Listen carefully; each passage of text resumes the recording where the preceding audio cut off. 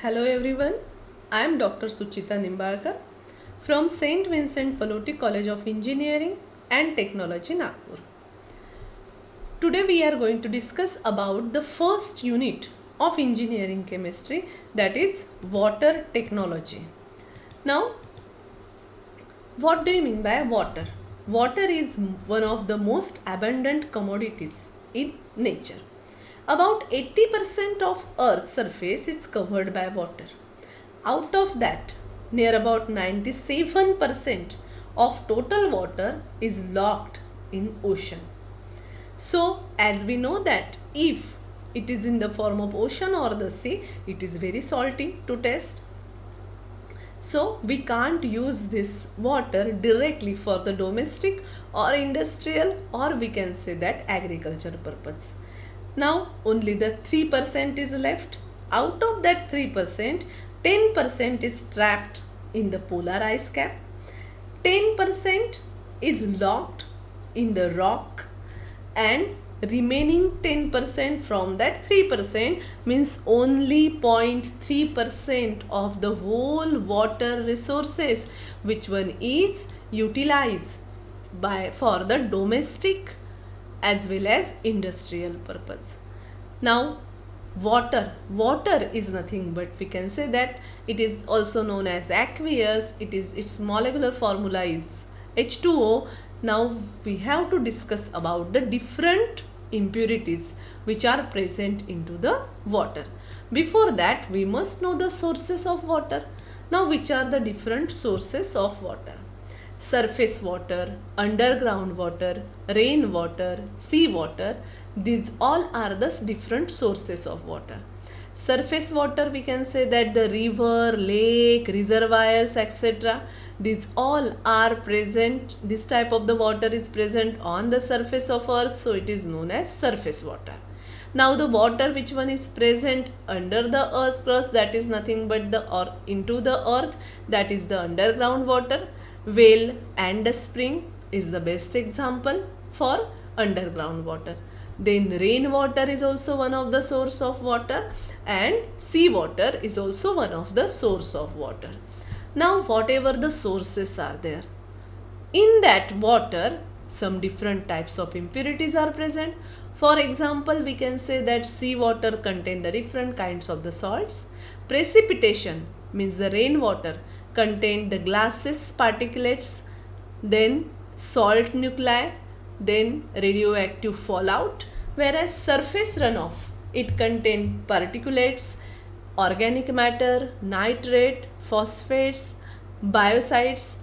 Then groundwater, it contain carbonates, chlorides, sulfates of calcium and manganese. Along with that, we can say that some gases like SO2, H2S is also present. Then lake water, it contain the impurities like algae, odor and the taste. Then swamp water, it contain color, odor and taste.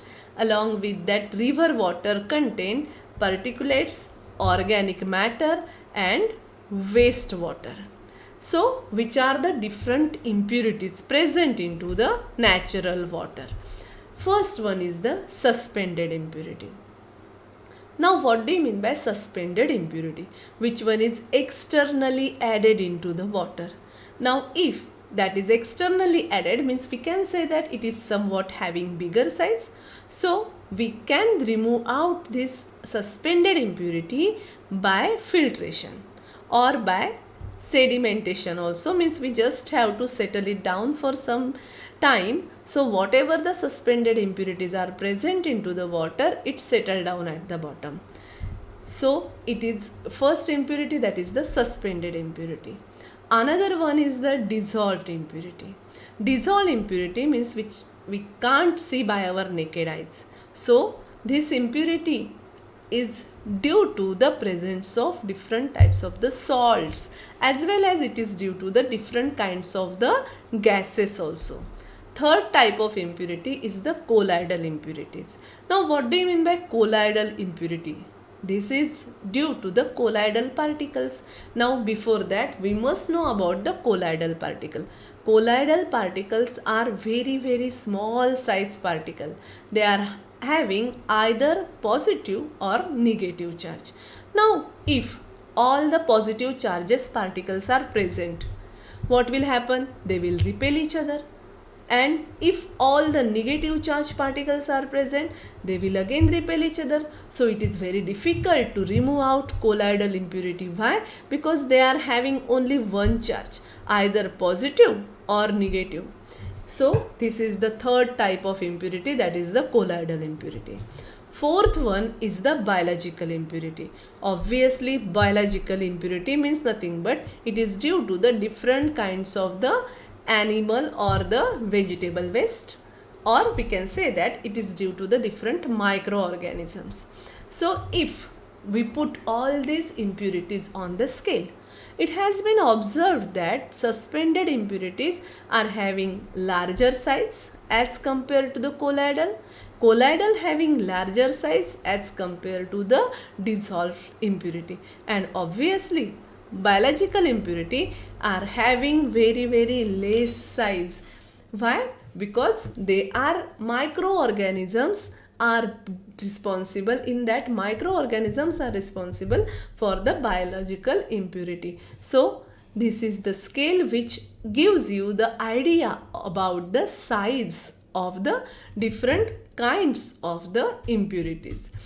Now we are going to discuss about in detail for the different types of the impurities. First one is the suspended impurity. As we already discussed that these are the dispersion of solid particles in water and can be removed by filtration or on the settling. Settling means sedimentation. Means we just have to pass this water through the screen or through the different kinds of the filters. Whatever the particles, solid particles are present into the water, they can be removed out. Or we just have to settle it down for some time. So whatever the solid particles are present into the water, they get settled down at the bottom. Then these suspended impurities are of again different types. First one is the inorganic impurity. Now clay, silt and the sand, these are the examples of inorganic impurity, and these are responsible for the turbidity. Obviously we know very well that clay, silt and the sand are responsible for the turbidity. Then organic impurity, oil globules, vegetable and animal waste, these are the example of organic impurity, and these impurity are responsible for taste, color, release of germs as well as the bacteria. Third type of impurity, suspended impurity, is the bacterial impurity. Means bacteria, microorganisms, other form of animals and the vegetable life, algae, protozoa, all are comes under the heading bacterial suspended impurity, and these are responsible for color, bad odor as well as for the turbidity. And as this contains the microorganism, and we know very well that microorganisms are responsible for causing diseases, so it is also known as pathogens, and these all are responsible for the different kinds of the diseases also. So this is about the suspended impurity which can be removed out by the filtration or by the sedimentation. The next type of impurity is nothing but the dissolved impurity. Some impurities like atmospheric gases and the mineral salts are dissolved in water. When it moves through the air and flow over the rocks, soil, etc. Normally, the salt like chlorides, sulfates, nitrates, bicarbonates, fluorides, phosphates, nitrates of sodium, potassium, then calcium, magnesium and the traces of zinc exist in the raw water. Means this is nothing but the dissolved impurity which we can't see by our naked eyes, but the different kinds of the salts and the gases may dissolve into the water. And now what are its effect? Some gases and some compounds are present, are in the form of dissolved impurity into the water. So what is its effect? We can just discuss here that if calcium and magnesium, carbonates and bicarbonates are present into the water, they are responsible for alkalinity and hardness. But if calcium and magnesium, chlorides, sulfates are present into the water, along with that nitrates are also there, then they are responsible for hardness. Chlorides, sulfates, nitrates are not responsible for alkalinity, they are responsible only for the hardness. Whereas bicarbonates and carbonates of calcium and magnesium are responsible for alkalinity and hardness.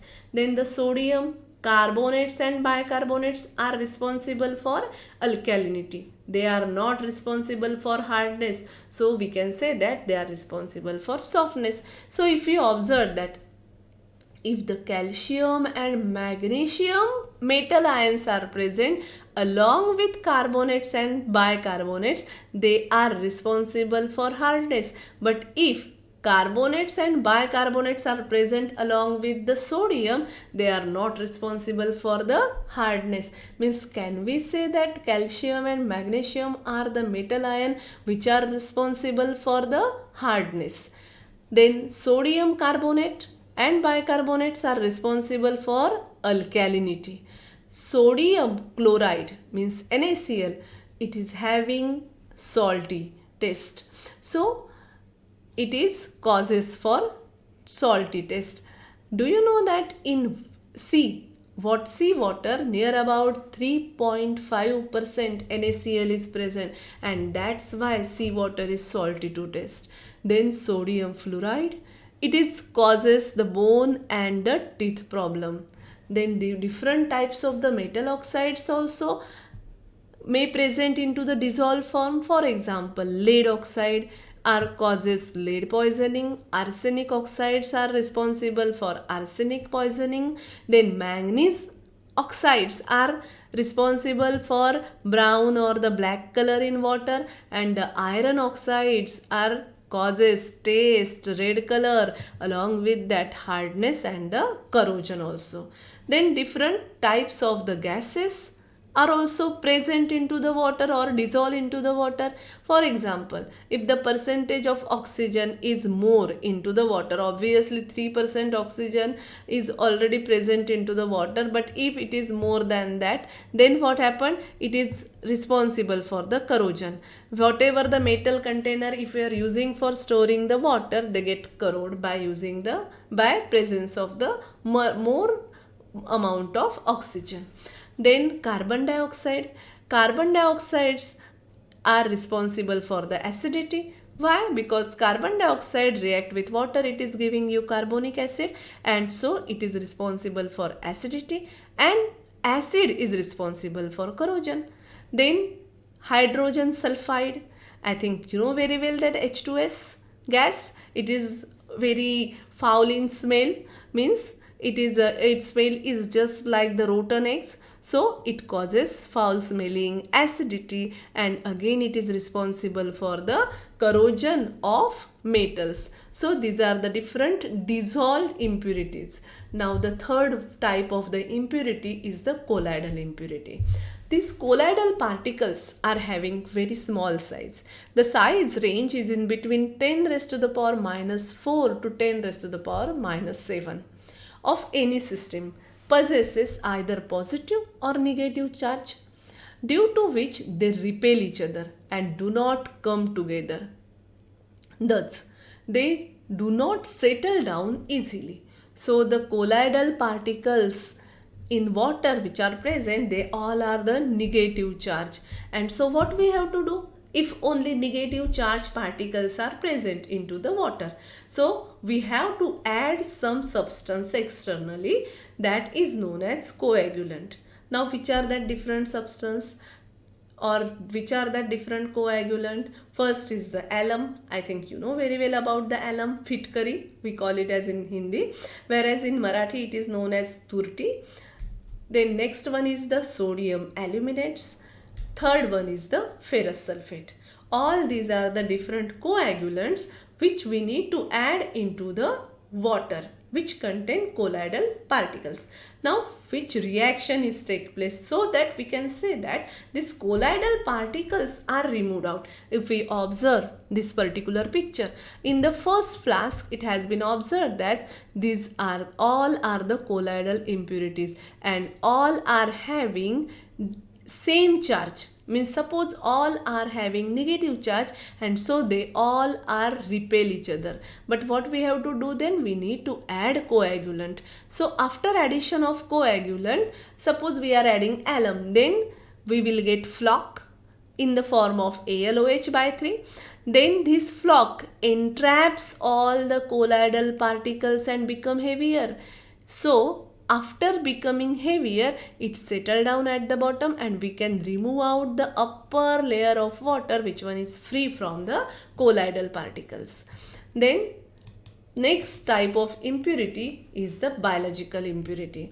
Now biological impurity contain different microorganisms which are responsible for the diseases.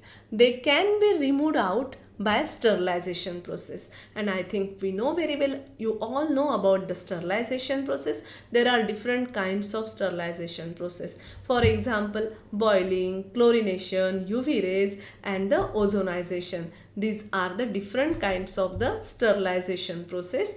Now all this sterilization process we need to discuss in detail in this particular unit.